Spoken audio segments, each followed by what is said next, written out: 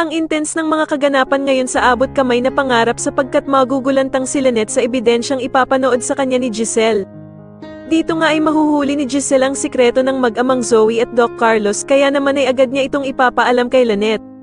Samantala ay makukumpirma na nga ng mga pulis na si Moira ang mastermind na tinatawagan ng mga tauhan niya dahil sa makikita ni Doc Robert ang number niya na magmamatch sa ibinigay ng mga pulis. Kaya naman ay agad na uumpisahan ni Moira ang pagdidispatcha ng mga ebidensyang maaaring magamit ng mga pulis laban sa kanya.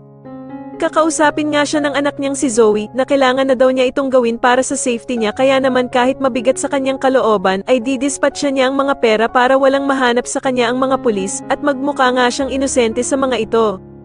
Samantala dahil nga sa hinihintay na lamang ng mga pulis ang arrest and warrant galing sa Korte Suprema para maaresto itong si Moira, ay agad nahihingi nga ng tulong itong si Zoe sa ama niyang si Doc Carlos para maitakas si Moira. Dito nga ay mangangako itong si Doc Carlos sa anak niyang si Zoe na gagawin nga daw nito ang lahat para matulungan siya at itatakas niya nga daw ang ina niyang si Moira sa mga pulis. Sa kabilang banda naman matapos ngang tanungin ni Giselle si Dax tungkol sa mga kasabwat nito ay hindi nito ituturo si Zoe bilang suspect sa nangyaring pandurukot kay Don Pepe. Kaya naman ay agad na mag-iisip ng paraan si Zoe para matulungan ang kanyang inang si Moira dahil nga sa kinuha na din ni Giselle ang cellphone niya para nga hindi ito makapagsumbong kay Moira.